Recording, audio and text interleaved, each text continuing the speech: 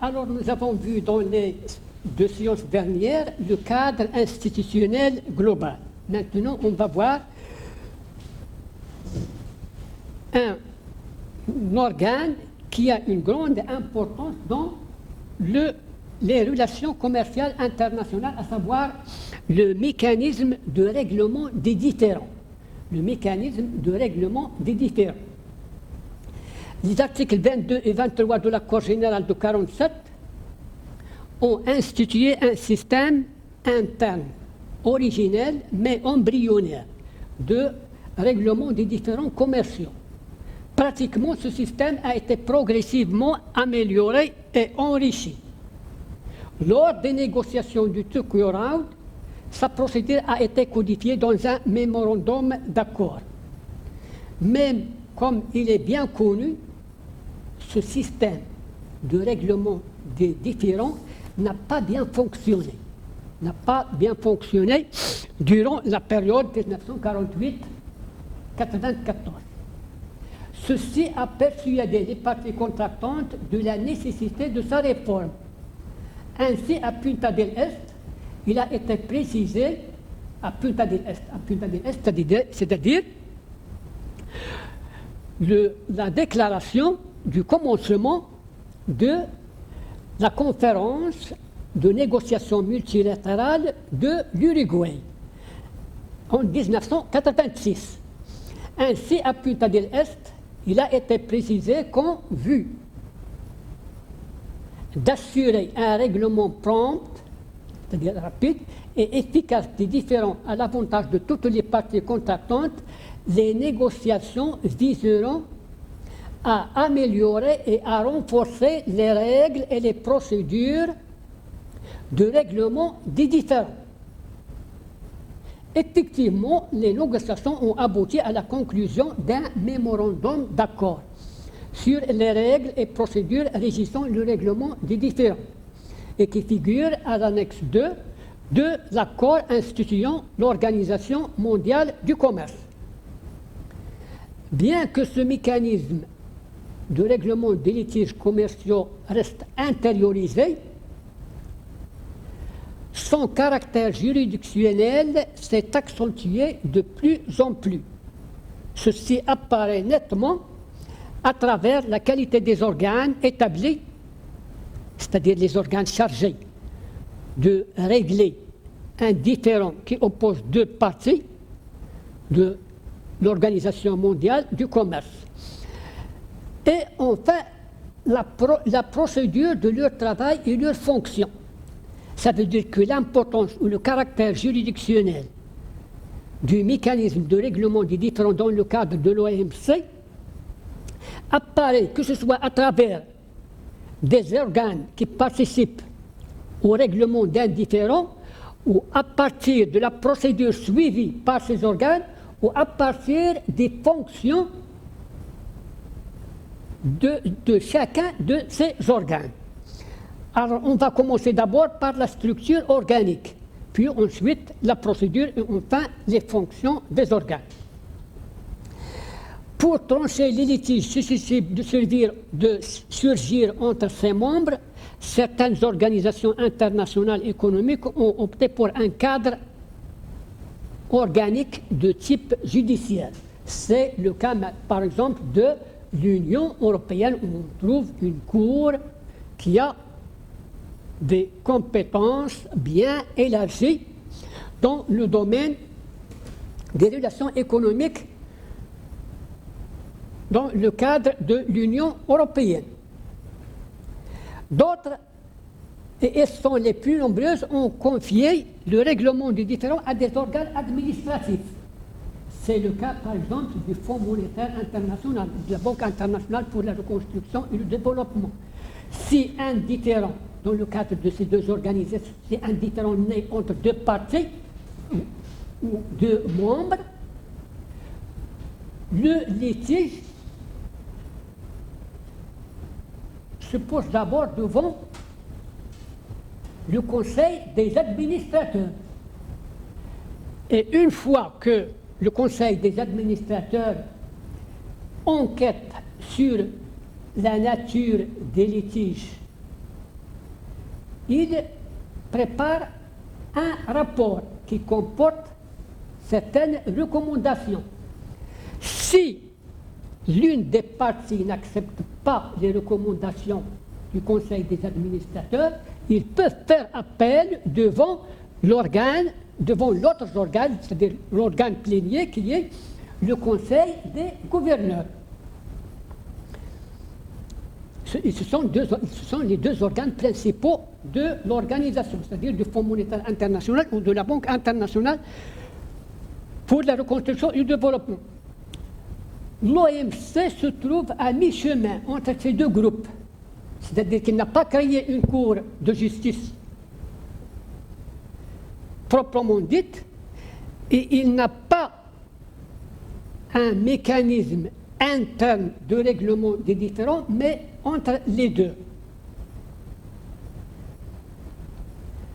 En effet, l'objet spécifique des différends commerciaux et les particularités du droit international économique qui leur est applicable ont incité les fondateurs de l'OMC à confier la responsabilité du règlement de tels conflits à des organes propres à l'organisation, plutôt qu'à une instance judiciaire extérieure et indépendante.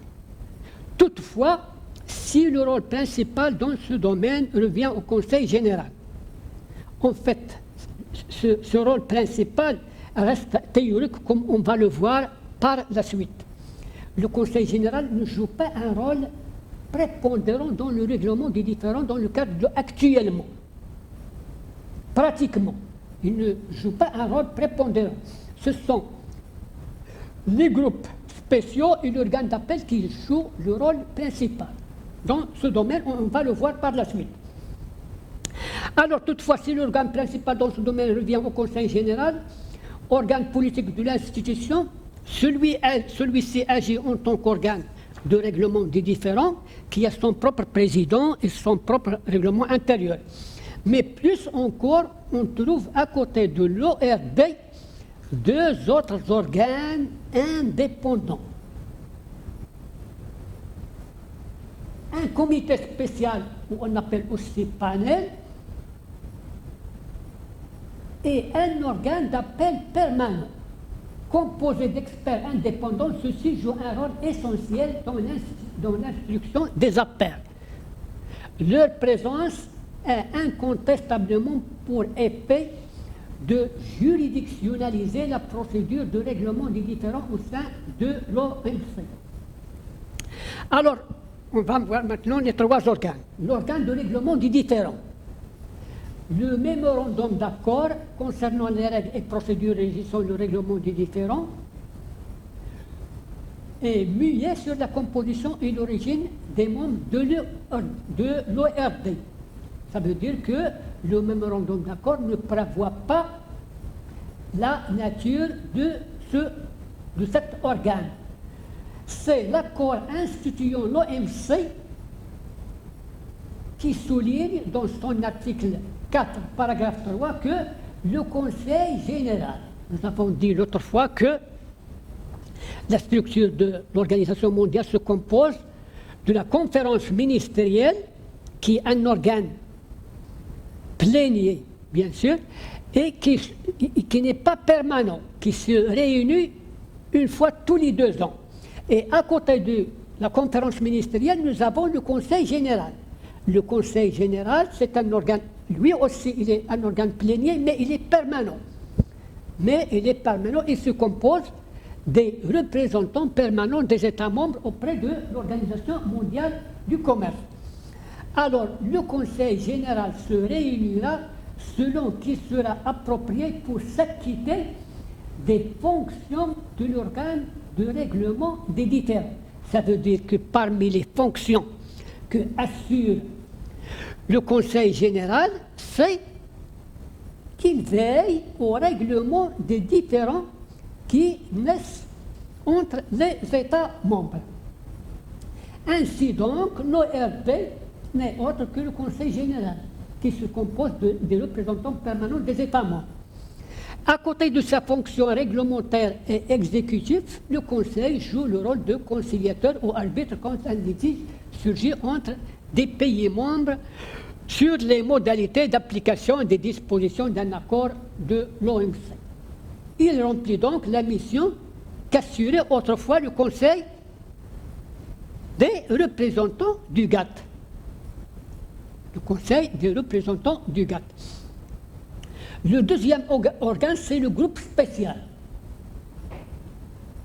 Les modalités de la constitution du groupe spécial, son statut ainsi que son mandat ont fait l'objet d'une systématisation perceptible dans le cadre de l'OMC. Pour ce qui est de la composition, l'article 8, paragraphe 1 du mémorandum d'accord précise que les membres du groupe spécial doivent être compétents et bien qualifiés. Ils doivent être compétents et bien qualifiés. Ce que l'on sollicite, c'est en effet l'avis d'experts qui disposent d'une connaissance solide en matière du commerce juridique international. C'est-à-dire, la qualification est le critère important sur lequel repose le choix des membres du groupe spécial. Ces membres peuvent avoir ou non des liens avec des administrations nationales. Ainsi, ils peuvent être d'anciens représentants de parties contractantes au GATT de 1947 ou des représentants des pays membres auprès du Conseil général ou du comité d'un accord multilatéral ou plurilatéral du GATT de 1994. Ils peuvent être enfin d'anciens enseignants de droit international économique. Ce qui importe en fin de compte, c'est que le choix doit viser à assurer l'indépendance des membres, la participation de personnes d'origine et de formation suffisamment diverses, ainsi qu'un large éventail d'expériences. Article 8, paragraphe 2 du mémorandum. À la différence des accords bilatéraux de conciliation, le mémorandum d'accord interdit aux ressortissants d'un membre dont le gouvernement est partie indifférente de siéger au groupe spécial, appelé à en connaître. C'est-à-dire, le groupe spécial est composé de membres indépendants des États partis à un litige. Le groupe spécial est en principe composé de 3 membres, mais il peut être constitué de 5 si les parties au litige en décident ainsi. Ces membres sont proposés par le secrétariat de l'ORD, qui n'est autre que le secrétariat de l'Organisation mondiale du commerce, ou à défaut désignés par le directeur général de l'OMC. C'est-à-dire, si les parties ne se mettent pas d'accord sur les membres proposés par le secrétariat, la compétence revient au directeur général de l'OMC pour choisir les membres du groupe spécial. Le troisième organe, c'est l'organe d'appel permanent. L'une des nouveautés les plus marquantes des règles adoptées dans le cadre du système de règlement du différend de l'OMC tient à la création de l'organe d'appel permanent. L'organe d'appel permanent, nous avons dit qu'il a été créé lors des négociations de l'Uruguay Round. Cette institution n'a été prévue ni par l'accord général, ni par une autre organisation internationale économique. Certes, le droit à l'appel est reconnu. Le droit à l'appel est reconnu par certaines organisations, mais celui-ci se fait devant des organes administratifs, c'est-à-dire des organes internes, et non devant un organe spécialisé et indépendant, comme nous l'avons expliqué pour ce qui concerne le Fonds monétaire international ou la Banque internationale pour la reconstruction et le développement. Le litige est présenté d'abord devant le Conseil des administrateurs. Et si une partie n'accepte pas les recommandations ou les décisions du Conseil d'administrateurs, ils peuvent faire appel devant le Conseil des gouverneurs. Les membres de l'organe d'appel sont désignés par l'ORD, bien sûr. Ils sont au nombre de 7. il faut bien remarquer que le groupe spécial n'est pas un organe permanent. Il est chargé uniquement de régler un différend, un seul différend, et disparaît par la suite. Alors que l'organe d'appel se compose, il est permanent. L'organe d'appel permanent. Ce sont des membres permanents. Alors, les membres de l'organe d'appel sont désignés par l'ORD. Ils sont au nombre de 7. Mais seuls 3 parmi eux prennent part à la section chargée de l'examen et la discussion d'une affaire donnée. La durée du mandat des membres de cet organe est fixée à 4 ans, mais il est renouvelable une seule fois. À l'instar de ceux du groupe spécial, les membres appartenant à l'organe d'appel doivent jouir de la plus grande considération morale et possédant une connaissance notoire en matière du droit, du commerce international et des questions relevant des accords issus de l'acte final de Marrakech. C'est-à-dire qu'ils doivent être qualifiés dans le domaine des relations commerciales internationales. En plus, ils ne doivent avoir aucun lien avec l'administration nationale d'un pays membre. C'est-à-dire qu'ils doivent travailler d'une manière indépendante à l'égard, que ce soit de l'État national ou d'un autre État ou de l'organisation ou d'une organisation internationale. Alors, le cadre organique étant précisé, nous avons vu qu'il y a 3 organes, l'organe de règlement des différends, le groupe spécial et l'organe d'appel permanent. On va voir maintenant la procédure de règlement des différends. À l'instar de plusieurs organisations internationales économiques, l'OMC invite d'abord ses États membres à recourir aux négociations directes ou consultations. Ce n'est que lorsque ce procédé s'avère inopérant que la saisine de l'ORD devient possible dans toutes les organisations internationales, que ce soit économique ou non. Il y a une règle coutumière. Pour le règlement pacifique d'un différend, on doit d'abord recourir aux négociations directes ou, dans le cadre de l'OMC, aux consultations, avant de saisir les organes de l'OMC chargés de régler le différend. On doit recourir d'abord aux consultations. Le recours préalable aux consultations. Le recours préalable à la négociation directe ou la consultation dans le règlement pacifique des différends est reconnu comme une règle coutumière de droit international public. C'est une règle coutumière. L'article 4, paragraphe 2 du mémorandum d'accord impose l'obligation générale pour tout État membre d'examiner avec compréhension toute représentation, c'est-à-dire des observations, que pourra lui adresser un autre membre au sujet de mesures affectant le fonctionnement de tout accord visé prise sur son territoire et à aménager des possibilités adéquates de consultation sur ces représentations. Si par exemple un État prend des mesures qui affectent les intérêts d'un autre État dans le domaine des échanges commerciaux, l'État lésé peut demander à l'État mis en cause d'engager des consultations. Et ce dernier est tenu, il est obligé d'engager des consultations avec la partie qui est lésée ou se dit lésée.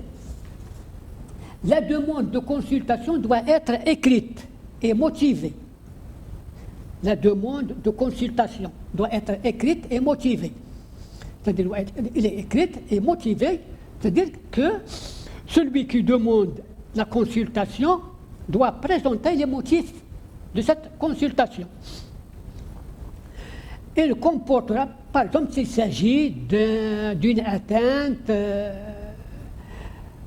à la règle de la non-subvention publique, ou s'il s'agit d'une peine, ou s'il s'agit du relèvement ou d'une augmentation d'un droit de douane illégal. Il doit préciser la cause de la demande de la consultation.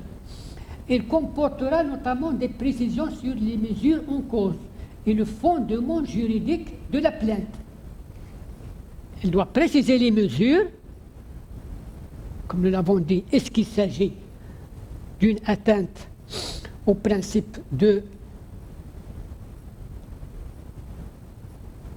l'interdiction de recourir à des restrictions quantitatives ou n'importe quoi, et le fondement juridique de la plainte, c'est-à-dire la règle violée. En plus, il doit être notifié à l'ORD et aux autres organes compétents de l'OMC. L'État membre visé par la demande est tenu de répondre dans un délai de 10 jours. L'État membre visé par la demande est tenu de répondre dans un délai de 10 jours. C'est-à-dire, il doit informer l'autre partie qu'il a reçu sa lettre de demande de consultation et d'engager des consultations avec le pays demandeur dans les 30 jours qui suivent la réception de la demande. Ça, c'est bien encadré. 10 jours pour répondre à la demande et 30 jours pour être prêt à engager les consultations. Toutefois, en cas d'urgence, notamment s'il s'agit de biens périssables, la consultation doit être engagée dans les 10 jours qui viennent juste après la date de réception de la demande. La consultation qui doit être confidentielle, c'est-à-dire qui doit être confidentielle, secrète, ne constitue pas une fin en soi. Elle doit être conduite de bonne foi, en vue d'arriver à un règlement satisfaisant de la question. On ne doit pas engager les consultations pour dire que nous avons engagé des consultations et on n'a pas arrivé à une solution du problème. Les consultations doivent être engagées de bonne foi. Si le pays mis en cause ne répond pas favorablement à la demande dans les délais prescrits, ou si les consultations n'aboutissent pas à une solution mutuellement satisfaisante dans les 60 jours après la date de réception de la demande de consultation, le pays requérant sera en droit de réclamer l'établissement d'un groupe spécial. C'est-à-dire, si la consultation n'aboutit à aucun résultat, la partie lésée sera en droit de demander à l'organe de règlement des différends d'établir un groupe spécial pour régler le différend. Une fois constitué, ce dernier effectuera une investigation minutieuse sur les circonstances de l'affaire.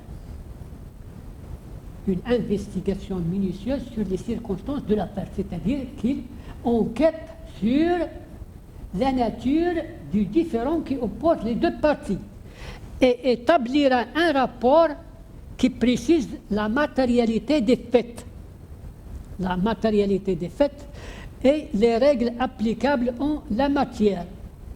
La matérialité des faits, est-ce qu'il s'agit d'une subvention interdite? Est-ce qu'il s'agit d'une atteinte à l'accord sur l'agriculture ou est-ce qu'il s'agit d'un dumping ou autre?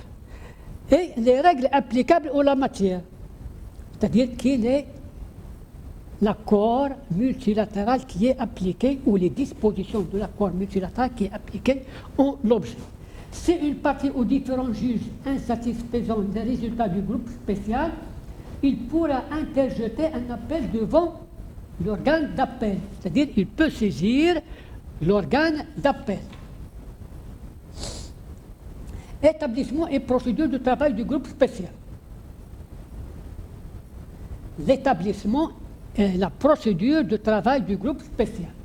Dans la pratique du GATT, tel qu'il a été codifié par le mémorandum de 79, le droit à l'institution d'un panel pour une partie demandeuse, un panel, un groupe spécial. pour une partie demander n'était pas automatique. N'était pas automatique.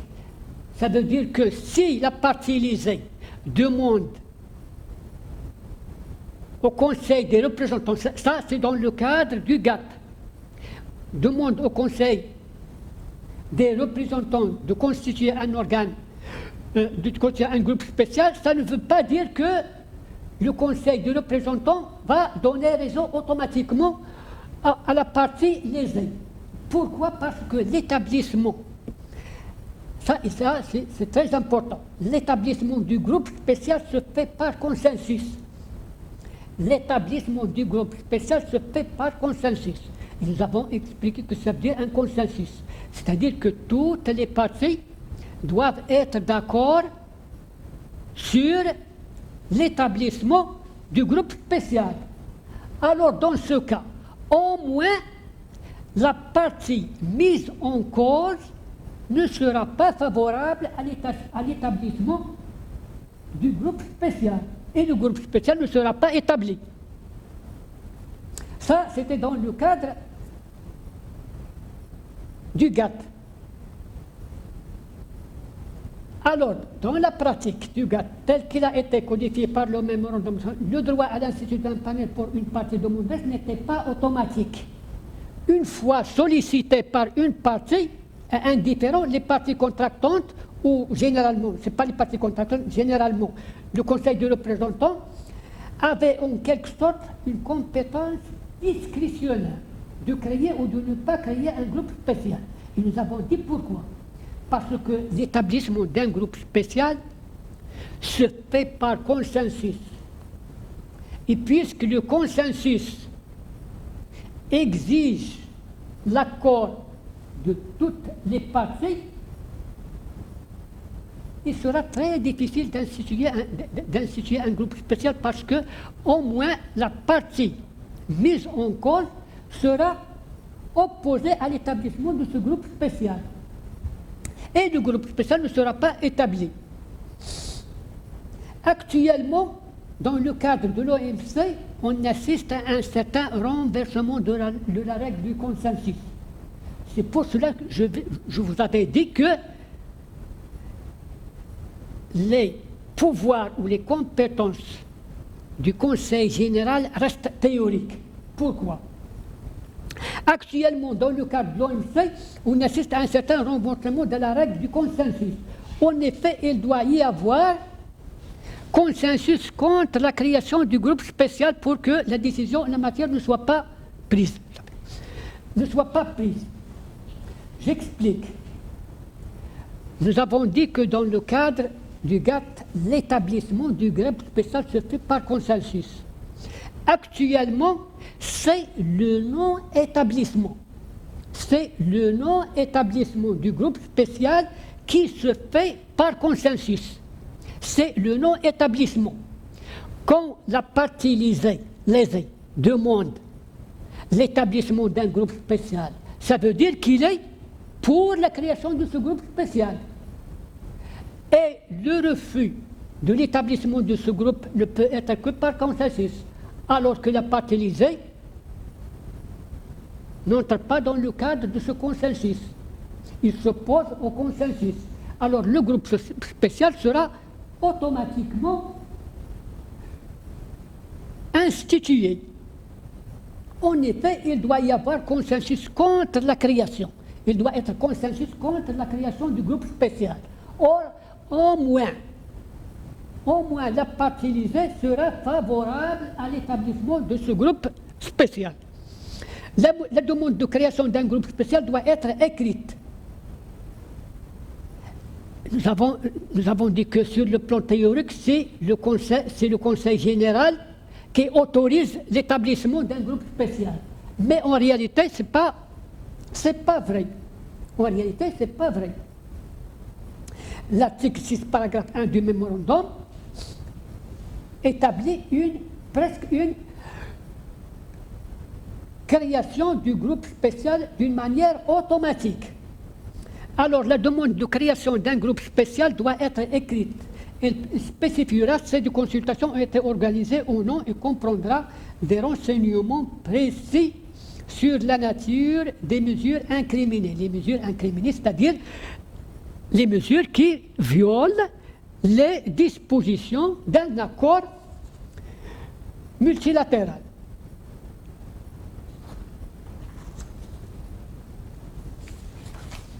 Alors, on continue dans la séance prochaine.